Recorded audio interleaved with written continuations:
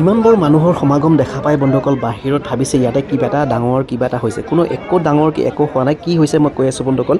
এয়া হৈছে স্কুলৰ চৌহদৰ মানে বাহিৰৰ পৰিৱেশটো বন্ধুসকল ইয়াতে আজি যিহেতু আজি মেট্ৰিক পৰীক্ষা এয়া হৈছে ৰাতিপুৱা ৮ বজাৰ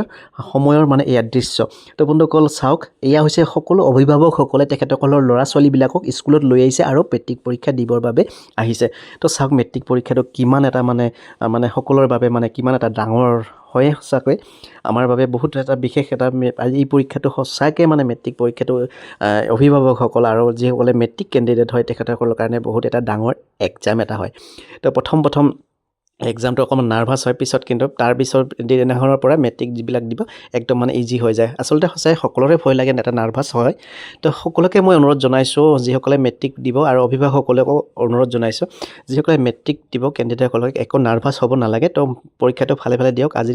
যিহেতু তেখেতসকলৰ পৰীক্ষা তো সকলোলৈ মোৰ ফালৰ পৰা বহুত শুভকামনা থাকিল তো এনেদৰে পৰীক্ষাটোত ভালদৰে পৰীক্ষা দিয়ক আৰু উত্তীৰ্ণ হওক তো আজিৰ ভিডিঅ'টো এই আছিল বন্ধুসকল আগতে নেক্সট ভিডিঅ'ত লগ পাম জয় অসম ধন্যবাদ জয় জুবিন দা।